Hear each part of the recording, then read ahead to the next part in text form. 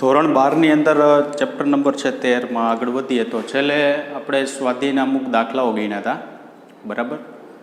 હવે જો થિયરી તરફ આગળ વધીએ તો થિયરીની અંદર છેલ્લે આપણે ક્યાં સુધી લીધું હતું તો કે આલ્ફાક્ષય, બીટાક્ષય અને ગેમાક્ષય સુધી. હવે આ ચેપ્ટરની અંદર બાકી રહેલી વસ્તુ કેટલી છે તો કે બાકી રહેલી વસ્તુ છે સૌથી અગત્યનો ટોપિક વિખંડન, સંલયન, બરાબર. અને છેલ્લું જે છે એક વચ્ચે એક ટોપિક એવો આવશે ન્યુક્લિયર રિએક્ટર. તો 3 ટોપિક બાકી છે. એની અંદર પેટા પ્રશ્ન આવતા હોય છે, બરાબર. પણ મેઇન 3 વિખંડન, સંલયન, રિએક્ટર, એટલે વિખંડન, રિએક્ટર અને સંલયન, આ 3 પ્રકારના ટોપિક બાકી છે. વિખંડન વિશે તમને થોડીક માહિતી મેં તમને આગળ થોડીક આપી દીધી હતી.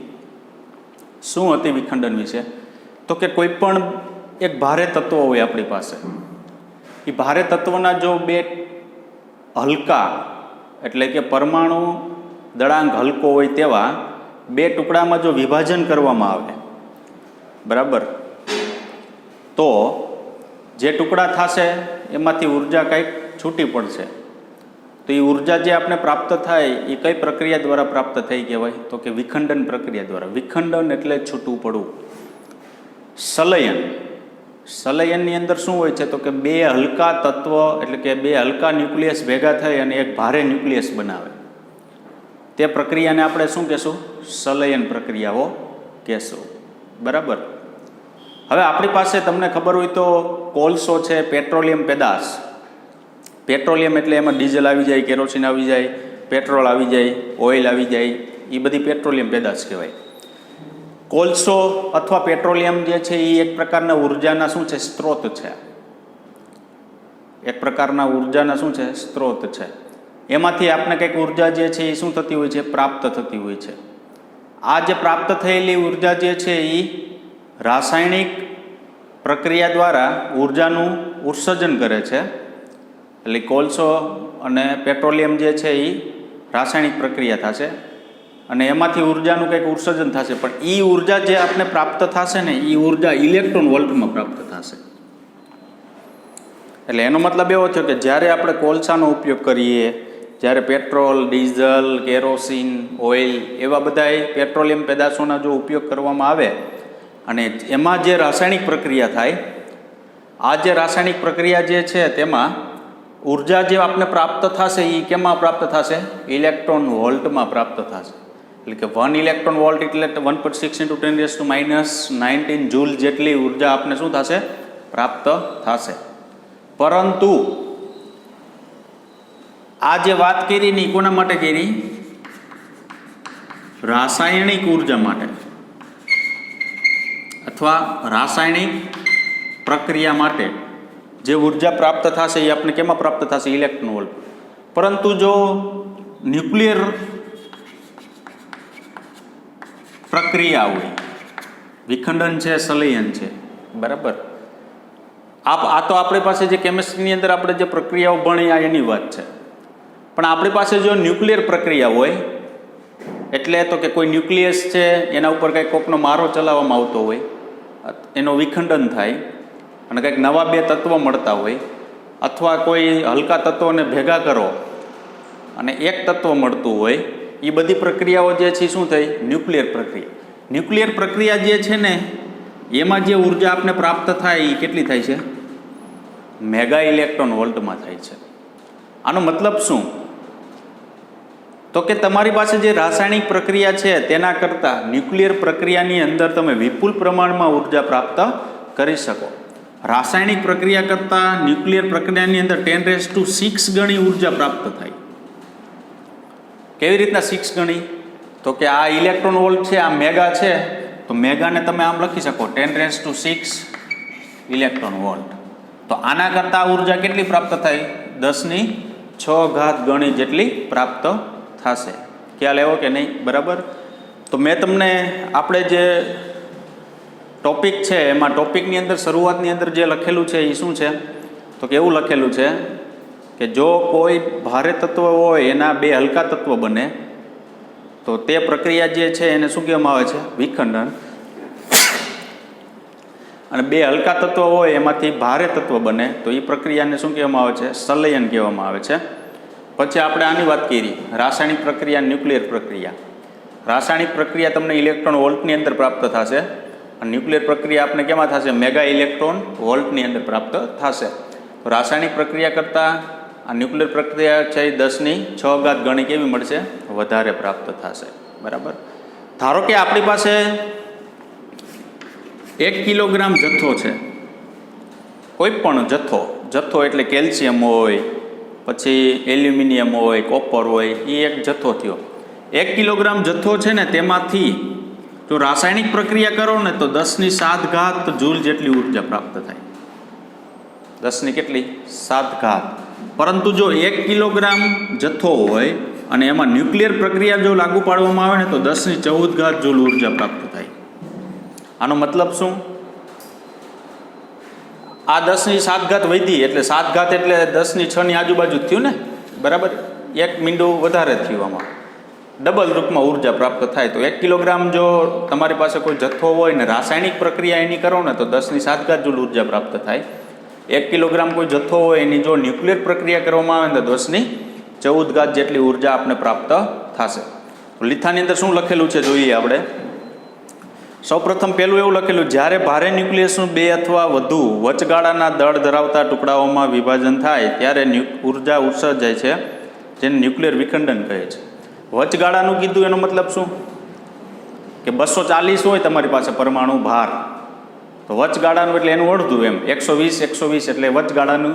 એ વચગાળો એક્ઝેક્ટ નહીં, વચગાળાની આજુબાજુ હોય તો ચાલી શકે. ખ્યાલ આવ્યો કે નહીં?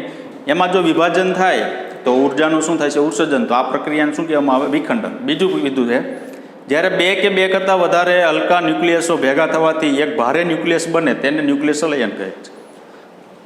2 હલકા તત્વો ભેગા થઈ અને એક શું બને? ભારે તત્વ બને, તો એને શું કહેવામાં આવે છે? ન્યુક્લિયર સંલયન પ્રક્રિયા કહેવામાં આવે છે. 2 વ્યાખ્યા સાવ સહેલી છે. ભારેમાંથી 2 હલકા બને તો વિખંડન, 2 હલકામાં ભારે બને તો સંલયન પ્રક્રિયા. બરાબર. ટોટલી ઓપોઝિટ ડાયરેક્શનમાં પ્રોસેસ છે. પ્રોસેસની અંદર કોઈ પણ પ્રકારની મિસ્ટેક થવી ન જોઈએ, ખાસ ધ્યાન રાખવું. આગળ, કોલસો અથવા પેટ્રોલિયમ જેવા ઉર્જાના સ્ત્રોતમાં રાસાયણિક પ્રક્રિયામાં ઉષ્માક્ષેપક હોય છે, તેથી સાથે સંકળાયેલી ઉર્જા ઇલેક્ટ્રોન વોલ્ટના ક્રમની હોય છે. એટલે શું કીધું તમને? કોલસો અને પેટ્રોલિયમ જે છે એમાંથી રાસાયણિક ઉર્જા, એટલે કે રાસાયણિક પ્રક્રિયા જો કરવામાં આવે તો ઉર્જા જે છે એ ઉષ્માક્ષેપક છે. ક્ષેપકનો મતલબ શું? તો કે એ ઉર્જાનું શોષણ નથી કરતા, એ ફક્ત ઉર્જાનું શું કરે છે? ઉત્સર્જન કરે છે. ધારો કે તમે ગાડીની અંદર પેટ્રોલ નાખો, એમાં કોઈ રાસાયણિક પ્રક્રિયા દ્વારા ઉર્જાનું ઉત્સર્જન થાય તો ગાડી ચાલે. બરાબર. કારણ કે ગાડીને કંઈક ઉર્જા તો મળવી જોઈએ ને. ધારો કે આપણી ગાડીની અંદર પેટ્રોલ જો ખલાસ થઈ જાય તો શું થાય? તો કે ગાડી ઊભી રહી જાય. ઊભી રહેવાનું કારણ શું? તો કે અંદર કોઈ પણ પ્રકારનું ઉર્જાનું ઉત્સર્જન કરવા માટે કોઈ પણ પ્રકારનું અંદર કોઈ તત્વ છે જ નહીં. પેટ્રોલ નથી, ડીઝલ નથી, કેરોસીન નથી. બરાબર. તો એ ઉષ્માક્ષેપક પ્રક્રિયા છે, રાસાયણિક પ્રક્રિયા છે. એ તો ઉર્જાનું શું કરે? ઉત્સર્જન. અને કયા ક્રમની હોય છે? ઇલેક્ટ્રોન વોલ્ટના ક્રમની હોય છે. આગળ, જ્યારે ન્યુક્લિયર પ્રક્રિયામાં ઉત્સર્જન પામતી ઉર્જા મેગા ઇલેક્ટ્રોન વોલ્ટના ક્રમની હોય છે. ન્યુક્લિયર પ્રક્રિયા જે છે એમાં જે ઉર્જાનું ઉત્સર્જન થશે એ ઉર્જા જે છે એ કયા ક્રમની હોય છે? મેગા ઇલેક્ટ્રોન વોલ્ટના ક્રમની. એટલે આપણે તો ડિફરન્સ ડાયરેક્ટ ખ્યાલ આવી ગયો. રાસાયણિક પ્રક્રિયા કરતાં ન્યુક્લિયર પ્રક્રિયાની અંદર ઉર્જા આપણે કેવી પ્રાપ્ત થાય? વધુ પ્રાપ્ત થાય.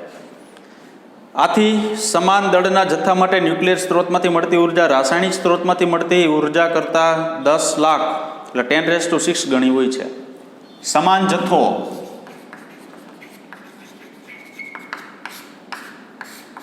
જથ્થો બેયનો સમાન લેવાનો.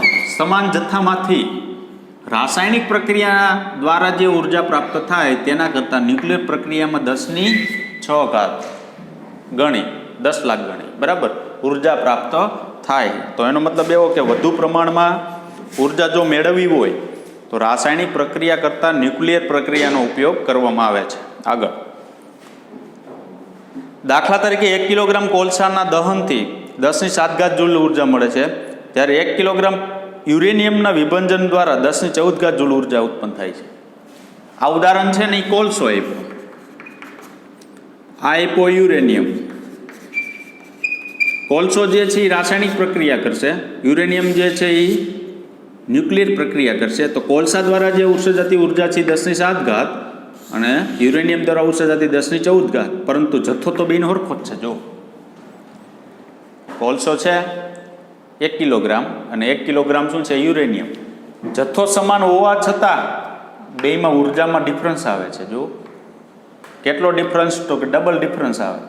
આ 10⁷ જૂલ મળે છે, એની કેવી મળે, ડબલ મળે. 10⁻14 જૂલ જેટલી ઉર્જા આપને પ્રાપ્ત થશે. હવે આગળ ટોપિક જે આપણે મેઇન છે તે ભણીએ આગળ.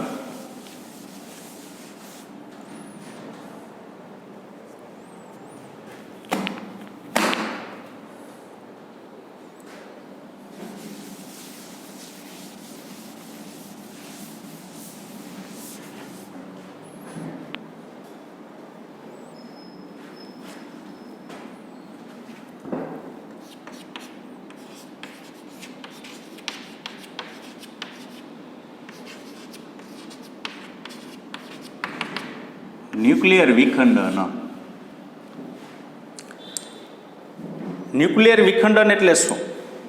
તો કે જે બે હલકા તત્વ છે, એક ભારે તત્વ છે, એમાંથી હલકો તત્વ બે તૈયાર થાય, બરાબર, અને જે ઉર્જા છૂટી પડે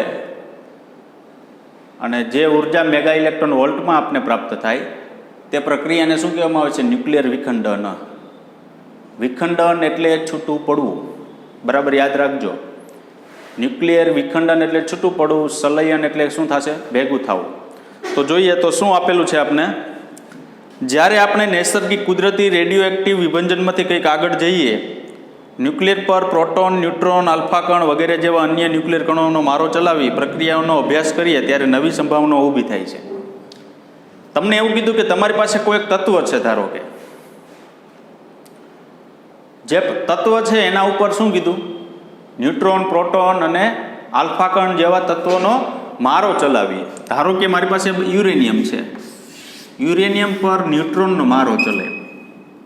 તો યુરેનિયમ પર ન્યુટ્રોનનો મારો ચલાવવામાં આવે ને, તો એક તત્વ અને બે તત્વ છૂટા પડશે અને પ્લસ થઈ અને કંઈક ન્યુટ્રોન છૂટા પડશે. તો યુરેનિયમ જે છે ને એના ઉપર યાદ રાખજો, એમાંથી કોઈનું અત્યાર સુધી આપણે ભણ્યા નહીં, વિખંડન ભણ્યા. વિખંડનથી એક સ્ટેપ આગળ, આપણે અત્યાર સુધી જે ભણ્યા ને એ શું ભણ્યા? વિભંજન એક્ટિવિટી ભણ્યા, કે એમાંથી તમારે કોઈ ઉપર કોઈનો મારો ચલાવવાનો નહોતો, પણ ઓટોમેટિક એમાંથી કોઈ તત્વ જે છે એમાંથી આલ્ફા, બીટા, ગેમા જે છે એનું શું થતું? ક્ષય થતું, ઓટોમેટિક બહાર આવતા. હવે શું ચલાવવાનું, શું કરવાનું? તો કે ધારો કે આપણી પાસે સ્થાયી ન્યુક્લિયસ કોણ છે? યુરેનિયમ છે. એના ઉપર કોનો મારો ચલાવ્યો? ન્યુટ્રોનનો મારો ચલાવ્યો. ન્યુટ્રોનનો મારો ચલાવો ને એટલે એનું વિખંડન થાય બે તત્વોમાં, 1 ને 2, અને કંઈક ન્યુટ્રોન પાછા શું થાય? છૂટા પડે. એક સ્ટેપ આગળ વિચારીએ. પછી શું કીધું? સૌથી મહત્વની ન્યુટ્રોન પ્રેરિત ન્યુક્લિયર પ્રક્રિયા વિખંડન છે. સૌથી સારામાં સારી પ્રક્રિયા છે ન્યુટ્રોન પ્રેરિત વિખંડન પ્રક્રિયા. ન્યુટ્રોન પ્રેરિત વિખંડન પ્રક્રિયા. તમને અહીંયા કીધું તો ખરા કે પ્રોટોન, ન્યુટ્રોન અને આલ્ફા કણ, પણ સારામાં સારી વિખંડન પ્રક્રિયા જે છે કેમાં જોવા મળે છે? ન્યુટ્રોનનો કોઈ ન્યુક્લિયસ ઉપર મારો ચલાવવો ને ત્યારે. એટલે આપને જે પ્રક્રિયાઓ જે આપેલી છે એ કોના માટે આપેલી છે? ન્યુટ્રોન માટે આપેલી છે. એટલે એવું ન કહી શકાય કે વિખંડન જે છે ફક્ત ન્યુટ્રોન દ્વારા જ થાય. વિખંડન જે છે પ્રોટોન દ્વારા થઈ શકે અને આલ્ફા દ્વારા શું થઈ શકે? વિખંડન. મારો ચલાવવાનો, મારો એટલે એની સાથે પ્રોસેસ કરાવવાની. આના ઉપર ન્યુટ્રોન ફેંકવાના, ફેંકો એટલે પાછા એ કંઈક પ્રોસેસ થઈ, ન્યુક્લિયર પ્રક્રિયાની પ્રોસેસ થઈ, એ શું થશે? જુદા પડશે. વિખંડનનું ઉદાહરણ એ યુરેનિયમના સમસ્થાનિક પર ન્યુટ્રોનનો મારો ચલાવતા તેનું 2 વચગાળાના દળ ધરાવતા ન્યુક્લિયરના ટુકડાઓમાં વિભાજન થઈ જાય છે. યુરેનિયમ પર એવું કીધું કે ન્યુટ્રોનનો જો મારો ચલાવવામાં આવે તો 2 હલકા તત્વનું વિભાજન થઈને એટલે છૂટા પડી 2 હલકા તત્વો બને છે ને ન્યુટ્રોન પાછા શું થાય છે? જુદા પડે છે, બરાબર. એના માટેની યાદ રાખજો 3 પ્રક્રિયાઓ આપેલી છે. કેટલી પ્રક્રિયા? 3 પ્રક્રિયાઓ. એ 3 પ્રક્રિયાઓ જે છે ને એ યાદ રાખવી ખૂબ જ મુશ્કેલ છે. યાદ રાખવી 3 પ્રક્રિયાઓ જે છે ખૂબ જ કેવી છે? મુશ્કેલ પ્રક્રિયાઓ છે.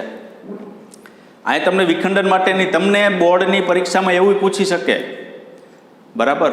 વિખંડન માટેની ફક્ત પ્રક્રિયાઓ જણાવો, કારણ કે 3 પ્રક્રિયા લખો ને 3 માર્ક્સ માટે વ્યાજબી કહેવાય છે, એવી પ્રક્રિયાઓ છે. 3 પ્રક્રિયા તમે જો લખો ને તો 3 માર્ક્સ માટે એ વ્યાજબી છે. એક પ્રક્રિયાનો 1 માર્ક્સ તમને આરામથી આપી શકે. પણ મોટાભાગના વિદ્યાર્થીઓ જે છે એ પ્રક્રિયા છે ને એ ભૂલી જાય છે. ગમે એટલી પ્રેક્ટિસ કરો ને તો એ પ્રક્રિયા ભૂલાઈ જાય, બરાબર. તો પ્રક્રિયા ન ભૂલાય એના માટે આપણી પાસે એક ટ્રીક છે. ટ્રીક શું છે એ હું કહી દઉં. હું તમને અહીંયા લખી દઈશ એક વાક્ય. એ વાક્ય તમે જો લખી નાખો, સોરી યાદ રાખી દો, તો એ વાક્ય બહુ સહેલું છે, બહુ અઘરું નથી. સહેલું એટલે બહુ સહેલું છે, બરાબર. તમે પહેલાં હું તમને જે ટ્રીક આપું એની પહેલાં યાદ રાખવાની કોશિશ કરજો, અને પછી મેં તમને ટ્રીક આપું ને એ ટ્રીકનો ઉપયોગ કરીને તમે યાદ રાખજો. એટલે તમને એમ થશે કે આ ટ્રીકનો ઉપયોગ કરીને તો તમને એમ થશે કે આ પ્રક્રિયા ક્યાં આવે, સાહેબ તો એમ કહેતા હતા કે બહુ અઘરી છે ને આમ છે ને આમ છે. પણ તમે ટ્રીકનો ઉપયોગ કરો છો ને એટલે સહેલી બની ગઈ, બરાબર. પણ ડાયરેક્ટ જો તમારે યાદ રાખવી હોય તો એ વસ્તુ બહુ અઘરી છે. શું કામે?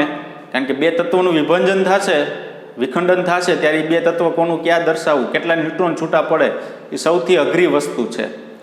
પહેલાં તો હું વાક્ય લખી નાખું, બરાબર. શું કરવાનું તો કે વાક્ય આવું છે,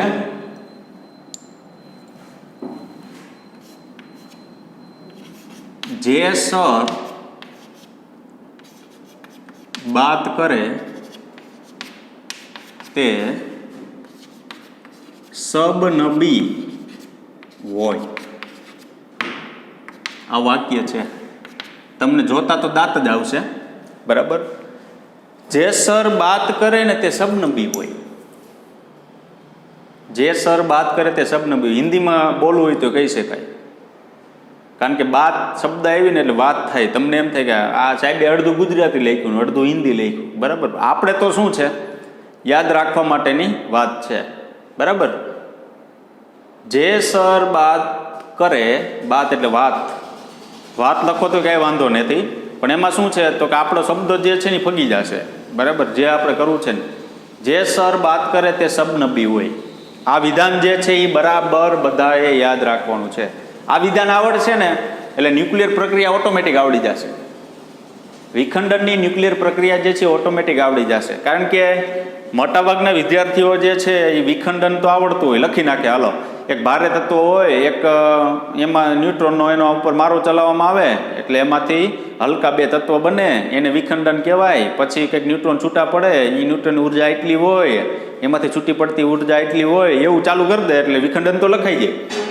પણ જ્યારે એક્ઝામની અંદર આવો પ્રશ્ન પૂછાય ને ત્યારે સૌથી જોવામાં આવતી વસ્તુ હોય ને તો આ 3 પ્રક્રિયાઓ છે. એ 3 પ્રક્રિયાઓ જે છે, હવે એક વસ્તુ યાદ રાખજો, 3 પ્રક્રિયા તો તમારી ટેક્સ્ટમાં આપેલી છે, ખરેખર 3 પ્રક્રિયા નથી. યુરેનિયમ પર જ્યારે ન્યુટ્રોનનો મારો ચલાવવામાં આવે ને, બરાબર, ત્યારે એવી અસંખ્ય પ્રક્રિયાઓ તૈયાર થાય છે. પણ આપણે તો શું હોય છે, એ અસંખ્ય પ્રક્રિયાઓ આપણી ટેક્સ્ટમાં આપેલી ન હોય તો આપણે તો કંઈ લખવાનું થતું નથી પરીક્ષાની અંદર, બરાબર. પણ ટેક્સ્ટમાં જે પ્રક્રિયા આપેલી છે એ પ્રક્રિયા તો આપણે આવડવી જોઈએ ને, બરાબર. તો જે સર બાત કરે તે કેવા હોય, સબનબી હોય. તો પહેલાં તો સૌપ્રથમ આપણે શું કરશું, કેટલી જરૂરિયાત પડે ને એ આપણે લખી નાખીએ. તો આપણે શું કીધું, યુરેનિયમ ઉપર ન્યુટ્રોનનો મારો ચલાવવાનો. તો પહેલી પ્રક્રિયા લખું છું, 92 યુરેનિયમ 238, સોરી 35 છે, પ્લસ ન્યુટ્રોનનો મારો એટલે ન્યુટ્રોનમાં એમાં ઉમેરવાના. તો શું થાય તો કે 92 યુરેનિયમ 200 ને શું બન્યું, 36. અહીંયા સુધી બધાને આવડે, બરાબર. શું કીધું, 92 યુરેનિયમ 235, ન્યુટ્રોનનો મારો ચલાવ્યો, 92 યુરેનિયમ 200 કેટલા થયા, 36. ખ્યાલ આવ્યો? હવે જે વાત છે હવે એ જોજો ખાસ. કેટલી પ્રક્રિયા આપણે વિખંડનમાં આપેલી છે, 3 પ્રક્રિયા. તો 3 લખી નાખવાનું. આમ 92 યુરેનિયમ 235 વત્તા 0N1 is give 92 uranium 236. 92 uranium 235 plus 0N1 92 uranium 236. એક વસ્તુ યાદ રાખવાની, કયો ન્યુક્લિયસ લેવાનો છે? તો કે 92 યુરેનિયમ 235. આ તો મગજમાં એટલું તો રહેવું જોઈએ ને, પણ હાવ તમે એમ કહો કે ઓટોમેટિક લખાઈ જાય એવું ન થાય. આટલી વસ્તુ તમને ખ્યાલ આવવો જોઈએ. જુઓ, 92 યુરેનિયમ 200 કોને લેવાના છે? 35 ને લેવાના છે. આ ભૂલવાનું નહીં, બરાબર. પછી શું થશે? 92 યુરેનિયમ 235 તમે લખી નાખ્યા, પછી પ્લસ 0N1 ન્યુટ્રોનનો એના ઉપર શું ચલાવવામાં આવે છે? મારો ચલાવવામાં આવે છે. તો 92 યુરેનિયમ 235માં ન્યુટ્રોનનો મારો ચલાવો એટલે 92 યુરેનિયમ 236 બને. ત્રણેય પ્રોસેસ સમાન જ છે, બરાબર. પણ અલગ અલગ તત્વો એમાંથી શું થાય છે? છૂટા પડે છે. અલગ અલગ તત્વો એમાંથી છૂટા પડે.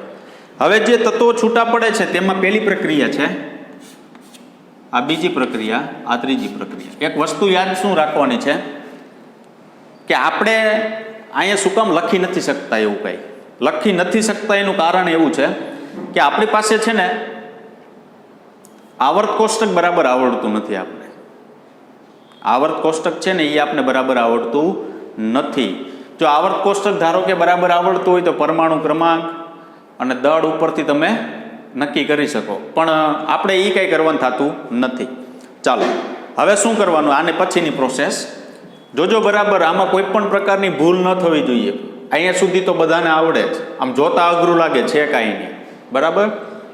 હવે તમારે આ નિયમનો ઉપયોગ કરવો. નિયમ એટલે આપણે બનાવેલો નિયમ, કોઈ આપેલો નિયમ નથી, બરાબર. આપણે વિધાન બનાવેલું છે. શું કીધું પેલું? તો કે જે કીધું, જુઓ જે કીધું ને એટલે આપણે લખવાનું XC અને જે વચાય, બરાબર. પછી શું કીધું? સર એટલે અહીંયા લખવાનું SR. આ સર વાંચવાનું, જે સર. ખબર પડી કે નહીં? બરાબર. કારણ કે જો તત્વો યાદ રાખવાના છે, આ વસ્તુ જે પ્રોસેસ છે એ બધી કરવાની છે, બરાબર. તો અહીંયા આપણે એટલી ખબર પડી. શું વિધાન ઉપરથી શું કીધું? 92 યુરેનિયમ 235 ઉપર ન્યુટ્રોનનો મારો ચલાવો 92 યુરેનિયમ 236માં રૂપાંતર થાય અને બે તત્વમાં એનું વિખંડન થાય. એમાં પહેલો તત્વ બને છે ઝેનોન, બીજો બને છે સ્ટ્રોન્શિયમ. તો જે સર એટલે એક પાછું આગળ વધી જવાનું. આ પહેલી પ્રક્રિયા માટે આ બે શબ્દ જ હતા. બીજી પ્રક્રિયા માટે શું છે? બાત એટલે બેરેલિયમ. BA મેં તમને એવું કીધું હતું કે બાત હિન્દી શબ્દ શું કામ લખ્યો?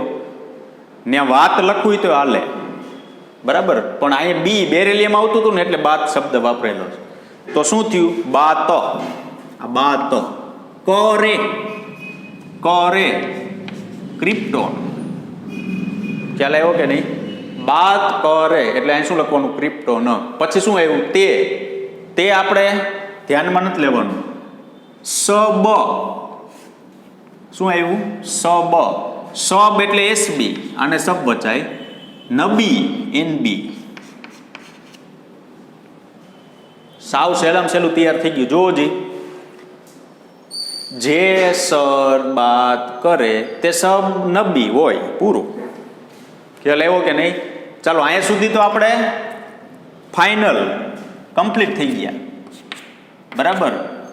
અહીંયા સુધી આપણે શું થઈ ગયા? કમ્પ્લીટ થઈ ગયા. પહેલી પ્રક્રિયાની અંદર 2 ન્યુટ્રોન છૂટા પડશે એટલે 0N1. બીજી પ્રક્રિયાની અંદર 3 ન્યુટ્રોન છૂટા પડશે 0N1. અને ચોથીમાં 4 ન્યુટ્રોન છૂટા પડશે 0N1. એટલે આ તો આવડવું જોઈએ ને, આ લાઈનમાં જ છે 2, 3 અને કેટલા? 4. 0N1, 0N1 અને 0N1. ખ્યાલ આવ્યો કે નહીં? બરાબર. તો પહેલી પ્રક્રિયાની અંદર 2 ન્યુટ્રોન છૂટા પડે, બીજીને 2, 3 અને ત્રીજી પ્રક્રિયાની અંદર 4. હવે આપણે શું છે? બેલેન્સ કરતા આવડવું જોઈએ. શું કરતા? બેલેન્સિંગ કરતા આવડવું જોઈએ. બેલેન્સિંગ કરવામાં તો હવે પાછા હલવાણા ગયા તો કે પરમાણુ ક્રમાંક ને પરમાણુ ભાર. તમારે કોઈ 3 તત્વના પરમાણુ ક્રમાંક ને કોઈ 3 તત્વના પરમાણુ ભાર કા આ 3 ના આવડવા જોઈએ કા આ 3 ના, એટલું તમારે પરફેક્ટ યાદ રાખવાનું રહેશે. ખ્યાલ આવ્યો કે નહીં? નહીતર એમાં એવું થાય છે કે તમે જો ડાયરેક્ટ તમે હમણાં પ્રક્રિયા તૈયાર થાય ને પછી તમે એ પ્રક્રિયા તૈયાર કરજો, લ્યો, ન થાય. શું કામે? તો કે ક્યાંક અહીંયા ઝેનોન લખાઈ જાય ને પછી અહીંયા ક્રિપ્ટોન લખાઈ જાય, ઝેનોન ને ક્રિપ્ટોન પછી પાછું લોચા થાય, બરાબર. બેરેલિયમ ને અહીંયા સ્ટ્રોન્શિયમ લખાઈ જાય એટલે એ લોચા થાય. પણ એ ન લખાય ને એ માટે શું કીધું, જે સર પેલું બાદ કરે BaKr તે સબ Sb ને નબી એટલે Nb, બરાબર. તો હવે શું કરશું, પરમાણુ ક્રમાંક ને પરમાણુ ભાર માટે વાત કરશું. તો ઝેનોન છે એનો પરમાણુ ક્રમાંક છે કેટલો, 54. પછી બેરેલિયમ છે એનો 56, સબ નબી 51, સબનબિયમ એને કંઈક કહેવામાં આવે છે એવું કંઈક, સબનબિયમ 51, 56 ના 54. પરમાણુ ભાર આનો કેટલો પસંદ કરવાનો છે ઝેનોનનો, તો કે 140. બેરેલિયમ છે એનો 144. પછી સબનબી જે છે 133. આટલું આવડવું જોઈએ, બરાબર. એટલું તમને આવડશે ને એટલે હવે આપણે પહોંચી જાય. જુઓ શું પહોંચી જશું, તો કે પહોંચી જવામાં એ કે હવે 236 ઉપર ટોટલ થઈ જવો જોઈએ.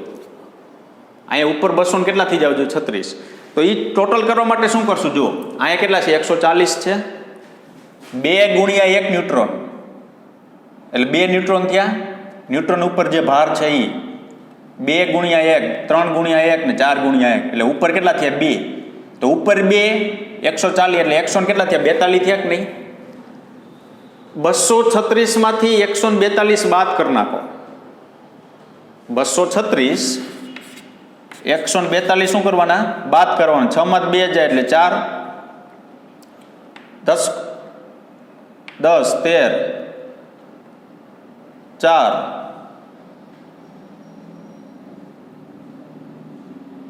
9 94 લગભગ આવશે. હા બરાબર, હાલો બરાબર. તો શું થયું જોવો જી, શું કીધું મેં તમને, તો કે 140 આ 2 આ 142, 236 માંથી 142 બાદ કરો એટલે કેટલા થાય, 94. એટલે ત્યાં શું આવશે, 94 આવશે, બરાબર. હવે અહીંયા બી આવો, આ 54 છે, અહીંયા 2 અને પરમાણુ ક્રમાંક સાથે 2 0 છે, 2 ગુણ્યા 0 કરો એટલે 0 થઈ ગયું. તો આ 54 છે ને આ કેટલા છે, 92. 92 માંથી 54 બાદ કરો તો 92 માંથી જો 54 બાદ કરવામાં આવે ને તો અહીંયા વધે 38. પરમાણુ ક્રમાંક ઓટોમેટિક આવી જાય, જુઓ કે ગોતવા ન જવો પડે, બરાબર. તમારે પછી આવર્ત કોષ્ટકનો સહારો ન લેવો પડે. આ ઊભો ભાગ આવડવો જોઈએ તમારે. જો તત્વો યાદ નથી રાખવાનું, આ 54, 56, 51, 140, 44, 33 એ જ યાદ રાખવાનું છે. બાકી આખી ટોટલી પ્રોસેસ એમને થઈ ગઈ. ચાલો હવે આવ્યું ક્રિપ્ટોન. તો ક્રિપ્ટોન આવ્યું તો અહીંયા 144, અહીંયા 3 ગુણ્યા 1 એટલે 3, 144 ને 3 147, 236 માંથી 147 બાદ કરો એટલે અહીંયા વધે 89. કેલ્સી લઈને જ બેસવાનું. અહીંયા 3 ગુણ્યા 0 એટલે 0, અહીંયા 56, 92 માંથી 56 બાદ કરો તો ક્રિપ્ટોનનો પરમાણુ ક્રમાંક કેટલો આવશે, 36. આવી ગયો, ખ્યાલ આવ્યો કે નહીં, બરાબર. ક્રિપ્ટોનનો પરમાણુ ક્રમાંક આપણી પાસે આવી ગયો, કેટલો આવી ગયો, 36 પરમાણુ ક્રમાંક આપણી પાસે ક્રિપ્ટોનનો આવી ગયો. ચાલો આગળ જાઓ. ચાલો 133 ના 4 147 થયું, 236 માંથી 147 બાદ કરો એટલે વધે 99. 236 માંથી 147 બાદ કરો એટલે વધે 99.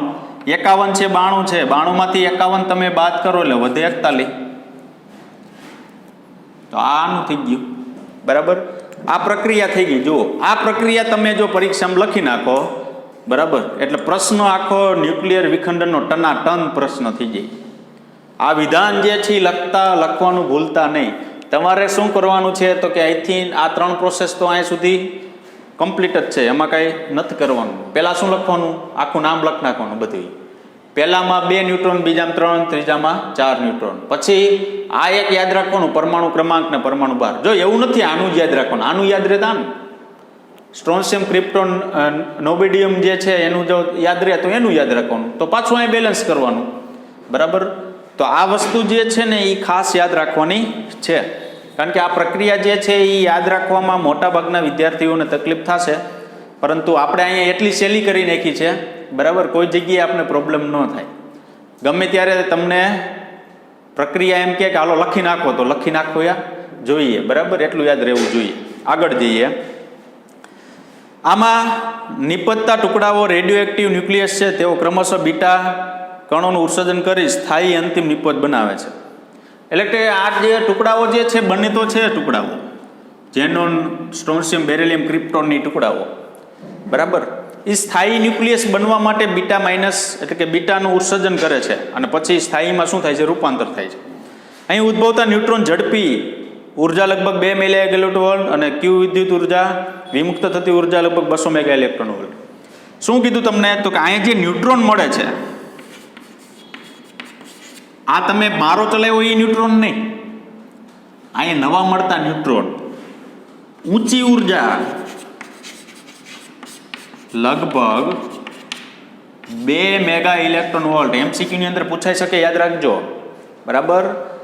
ઝડપી ન્યુટ્રોન, તમને એમ કે ઝડપી ન્યુટ્રોનની ઉર્જા કેટલી? તો કે 2 મેગા ઇલેક્ટ્રોન વોલ્ટ.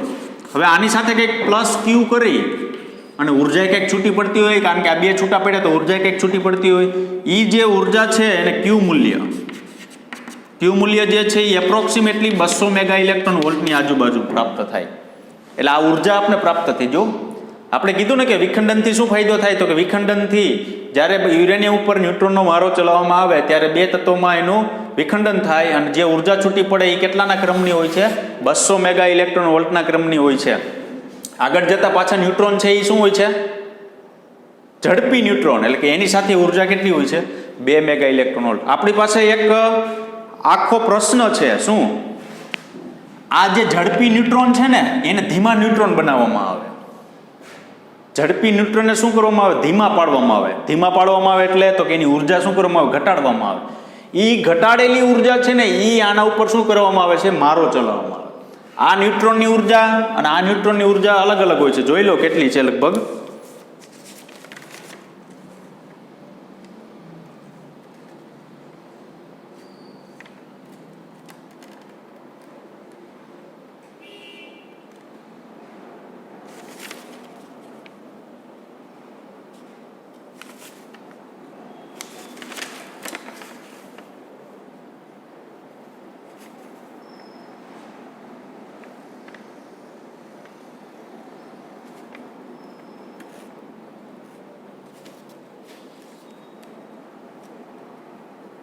આમાં ક્યાંય લખેલું નથી પણ લગભગ 0.02 ઇલેક્ટ્રોન વોલ્ટ છે. લગભગ કહું છું, ફાઇનલમાં નથી ખબર. 0.02 ઇલેક્ટ્રોન વોલ્ટ છે. શું કરવાનું? તો કે 2 મેગા ઇલેક્ટ્રોન વોલ્ટ વાળો છે ને એ આવડો છે, એ ઝડપી છે. એને શું કરવામાં આવે? ધીમો પાડવામાં આવે. ધીમો એટલે એની ઉર્જા ઘટાડવામાં આવે. કેટલી? 0.02. હવે તો કે યુરેનિયમ સાથે જ્યારે વિખંડનની પ્રક્રિયા થાય ત્યારે ઝડપી જે ન્યુટ્રોન છે ને તે અસરકારક નથી એટલે એની અસરકારકતા ઓછી છે, બરાબર. એટલે વધુ એ વિખંડન માટે કાર્ય નથી કરતો ઝડપી. પણ ધીમો એટલે કેટલી ઉર્જા? તો કે 0.02 ઇલેક્ટ્રોન વોલ્ટ. કાંઈ 0.02 ફાઇનલ છે, એકમ લગભગ ઇલેક્ટ્રોન વોલ્ટ જ છે, બરાબર. હું તમને ફાઇનલ જોઈને પછી કહીશ, કારણ કે પછીનો લેક્ચર લેવાનો છે ને એમાં એમ જ છે. શું? તો કે અહીંથી આપણે આ અલગ અલગ તત્વો તો મળ્યા, એમાં ન્યુટ્રોન છૂટા પડે છે. જુઓ, બરાબર. હવે ન્યુટ્રોન છૂટા પડે છે તો અહીં કેટલા ન્યુટ્રોન છૂટા પડ્યા? 2. અહીં જરૂરિયાત કેટલાની છે? 1ની જ. અહીં કેટલા પડ્યા? 3. જરૂરિયાત કેટલાની? 1ની. અહીં કેટલા પડ્યા? 4. જરૂરિયાત કેટલાની? 1ની. તો અહીં 2, 3, 5, 4, 9 ન્યુટ્રોન ટોટલ છૂટા પડ્યા. જરૂરિયાત તો 3ની જ છે. તો 9 ન્યુટ્રોન જો છૂટા પડ્યા ને જરૂરિયાત 3ની જ હોય તો એનો મતલબ એવો કે વધારાના ન્યુટ્રોનને નાખવા ગયા. તો એના માટેનું આપણી પાસે નિવાકરણ છે, બરાબર. તો એ જ પ્રશ્ન આપણે આગળ ભણવાનો છે કે વધારાના ન્યુટ્રોન હોય તો એનું શોષણ થઈ જાય, ન્યુટ્રોન જો ઘટતા હોય તો ન્યુટ્રોનનું ઉત્સર્જન થઈ જાય. અને ઝડપી ન્યુટ્રોન છે ને એને કેવા પાડી દે? ધીમા પાડી દે. મેં શું કીધું? શું કામે આ ધીમા ન્યુટ્રોનનો એમાં ઉપયોગ થાય? કારણ કે ઝડપી ન્યુટ્રોન એટલે જે ડાયરેક્ટ ન્યુટ્રોન મળે ને આમાં અસરકારકતા ઓછી ધરાવે છે, અસર બહુ નથી કરતા. પણ ધીમા ન્યુટ્રોન છે ને એમાં શું કરે છે? અસર કરે છે. એના માટે તો આપણે ડિટેલ આપણે આગળ વધારે જોશું ત્યારે આપણે પ્રશ્ન ખ્યાલ આવી જશે, બરાબર. આગળ જઈએ. ધારો કે આપણે A બરાબર 240 ધરાવતા ન્યુક્લિયસ લઈ A બરાબર 120 ધરાવતા 2 ટુકડામાં વિભાજન થાય. ધારો કે પરમાણુ ક્રમાંક 240 હોય, એમાં A બરાબર 120 અને A બરાબર 120માં એનું શું કરવામાં આવે? રૂપાંતર કરવામાં આવે. ત્યારે આપણે એવું કીધું હતું કે એક ન્યુક્લિયનથી બંધન ઉર્જાનું મૂલ્ય વધી જાય. આના કરતાં અહીંયા એક ન્યુક્લિયન દીઠ બંધન ઉર્જાનું મૂલ્ય શું થઈ જાય? વધી જાય. તો આપણે અહીં લખી ધારો કે એ બરાબર 240 હોય તો એનું EBN નું મૂલ્ય કેટલું? તો કે 7.6 મેગા ઇલેક્ટ્રોન વોલ્ટ. અને એ બરાબર 120 હોય તો EBN એટલે એક ન્યુક્લિયન દીઠ બંધન ઉર્જાનું મૂલ્ય કેટલું થશે? તો કે 8.5 મેગા ઇલેક્ટ્રોન વોલ્ટ. મેં તમને ડાયરેક્ટ ઓલો ગ્રાફ આવ્યો હતો ને ત્યારે મેં તમને કીધું હતું શું? તો કે જો એક વિખંડન એટલે કે કોઈ મોટા ટુકડામાંથી બે નાના ટુકડા બનાવવામાં આવે ત્યારે એક ન્યુક્લિયન દીઠ બંધન ઉર્જા વધે છે. નાના ટુકડામાંથી એક ટુકડો મોટો બનાવવામાં આવે ત્યારે એક ન્યુક્લિયન દીઠ બંધન ઉર્જા વધે છે. બરાબર. તો અહીંયા એક 240 માટે 7.6 મેગા ઇલેક્ટ્રોન વોલ્ટ અને 120 માટે કેટલું મળે છે? 8.5 મેગા ઇલેક્ટ્રોન વોલ્ટ જેટલું આપણે પ્રાપ્ત થાય છે. તો EBN માં વધારો કેટલો થયો? વધારો થયો 8.5 માઇનસ 7.6 તો 0.9 મેગા ઇલેક્ટ્રોન વોલ્ટનો વધારો થયો.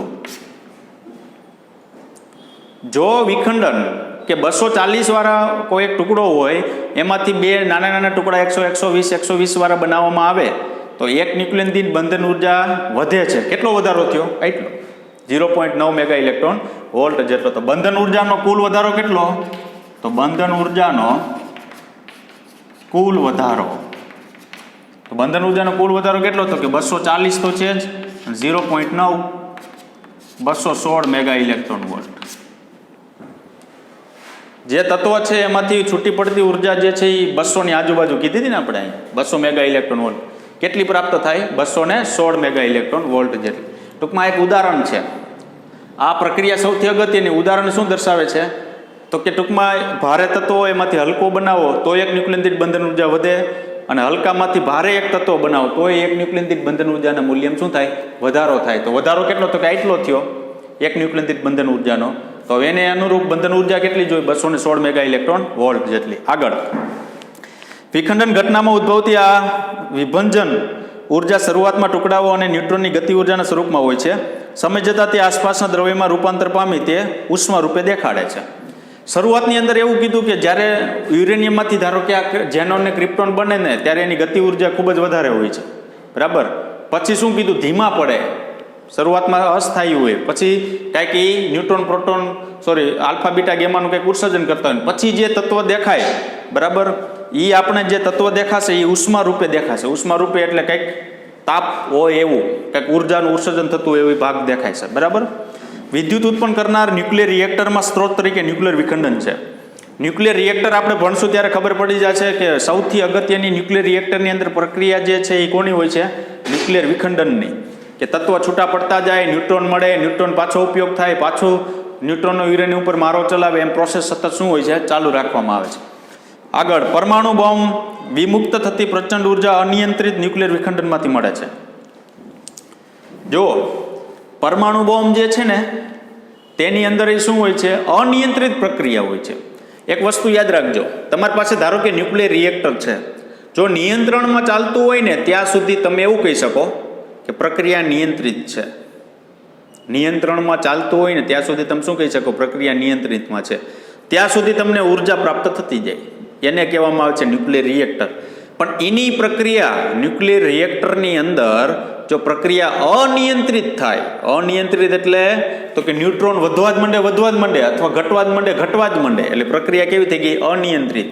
જો પ્રક્રિયા અનિયંત્રિત થાય ને તો એનું ન્યુક્લિયર રિએક્ટર બ્લાસ્ટ થાય, જેને કહેવામાં આવે છે પરમાણુ બોમ્બ. તો પરમાણુ બોમ્બની અંદર જ્યારે એ સ્થાયી અવસ્થામાં હોય ત્યારે પ્રક્રિયા એમાં નિયંત્રિત હોય છે, સ્થિર હોય, આમ પીડી હોય. પરમાણુ બોમ્બ ફૂટે ક્યારે? તો કે એમાં કાંઈ નથી કરવાનું, એમાં જે પ્રક્રિયા સ્થાયી છે, સ્થિર છે, નિયંત્રિત છે, એને અનિયંત્રિત કરો એટલે બ્લાસ્ટ થઈ જાય પૂરું. બ્લાસ્ટ થાય ને એટલે યાદ રાખજો કે પરમાણુ બોમ્બ કરતાં ન્યુક્લિયર બોમ્બ ડેન્જર છે. તમને ખબર હશે અમેરિકાવાળા હવે જાપાન નાગાસાકી હિરોશીમામાં જ્યારે બોમ્બ નાખ્યા હતા એના બાળકો જે છે એ હજી ખોટખાપણવાળા જન્મે છે. એ પરમાણુ બોમ્બની અસર છે. બરાબર. પરંતુ ન્યુક્લિયર બોમ્બ જે છે ને એ સૌથી ડેન્જર વસ્તુ છે. પરમાણુ કરતાં ન્યુક્લિયર બોમ્બ જે છે એ સૌથી કેવો છે? ડેન્જર. હજી ક્યાંય વિશ્વમાં હજી એનો ઉપયોગ કરવામાં આવ્યો નથી. બરાબર. તો એ વિખંડન પ્રક્રિયા દ્વારા ન્યુક્લિયર બોમ્બ અથવા પરમાણુ બોમ્બ જે છે એ ફૂટી શકે છે. તો આપણે અહીંયા સુધી રાખીશું. ન્યુક્લિયર વિખંડન આ પ્રક્રિયા જે છે એ બરાબર યાદ રાખવાની છે અને આ વિધાન જે છે એ ભૂલાવવું જોઈએ નહીં. Thank you very much.